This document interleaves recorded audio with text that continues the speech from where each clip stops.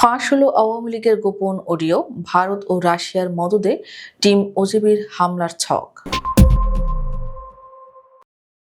কিছুক্ষণ আগে একটি কথা বলেছিলাম যে আগামী 11 তারিখ থেকে আমাদের কিছু well trend expert team Dhaka শহরে প্রবেশ করবে।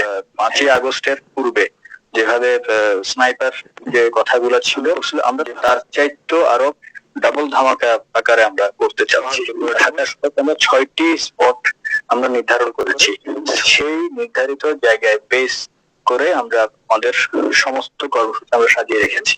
রাজপথে থাকেন, বাকি কি করার দরকার সেটা আমরা করে দিচ্ছি। ইনকিলাব মঞ্চের মুখপাত্র শরীফ ওসমান হাদিকে হত্যা চেষ্টা কি কোনো বিচ্ছিন্ন ঘটনা, নাকি এর পেছনে রয়েছে আরো ভয়ঙ্কর কোনো আন্তর্জাতিক ষড়যন্ত্র? সম্প্রতি আল জাজিরার অনুসন্ধানে এক গোপন অডিও ফাঁস হয়েছে, যা শুনে রীতিমতো তোলপাড় শুরু হয়েছে। নিষিদ্ধ ঘোষিত আওয়ামী লীগের গোপন টেলিগ্রাম গ্রুপে ফাঁস হওয়া এই অডিওতে শোনা যাচ্ছে ঢাকা ও চট্টগ্রামের বড় ধরনের নাশকতার ব্লুপ্রিন্ট। কোড নেম টিম ওজিবি এবং তথাকথিত রাশিয়ান লাইসেন্স কি আছে এই ষড়যন্ত্রের মূলে? আওয়ামী লীগ অনলাইন কমিউনিটি নামক টেলিগ্রাম চ্যানেলে গত 9 ডিসেম্বরের একটি বৈঠকের অডিও ভাইরাল হয়েছে। সেখানে গ্রুপ অ্যাডমিনকে বলতে শোনা যায় গত 5 মাস ধরে তারা একটি মাস্টার প্ল্যান সাজিয়েছেন। পরিকল্পনা অনুযায়ী গত 11 ডিসেম্বর থেকে তাদের বিশেষ টিম ওজিবি মাঠে নেমেছে। সবচেয়ে আঁতকে ওঠার মতো তথ্য হলো, ভিডিওতে দাবি করা হয়েছে এই অপারেশনের জন্য তারা পলাতক প্রধানমন্ত্রী বা শেখ হাসিনার কাছ থেকে লাইসেন্স বা অনুমতি পেয়েছেন। এমনকি উল্লেখ করা হয়েছে রাশিয়ার নামও। বলা হচ্ছে অলরেডি বর্ডার দিয়ে তাদের টিম বাংলাদেশে পুশ কিংবা প্রবেশ করা শুরু করেছে। তাদের মূল টার্গেট ঢাকা ও চট্টগ্রাম। উদ্দেশ্য ত্রয়োদশ জাতীয় সংসদ নির্বাচন বানচাল করা এবং ত্রাস সৃষ্টি করা। এই অডিও যে ফাঁকা বুলি নয় তার প্রমাণ মিলেছে মাঠ পর্যায়ে।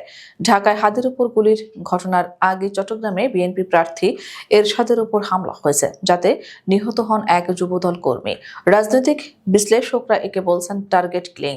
এনসিপি ও জামাত প্রার্থীরাও আশঙ্কা করছেন ফ্যাসিবাদী শক্তি এখন জুলাই বিপ্লবের নেতাদের বেছে বেছে হত্যা করার মিশনে নেমেছে। গোয়েন্দা সূত্র বলছে রাজধানী ঢাকার চেয়েও বড় ঝুঁকির মুখে বন্দর নগরী চট্টগ্রাম।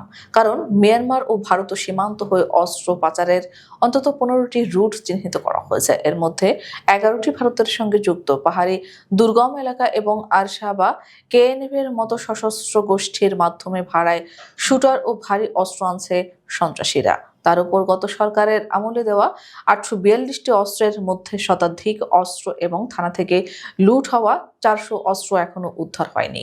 এই ভয়াবহ পরিস্থিতির মুখে কি করছে প্রশাসন?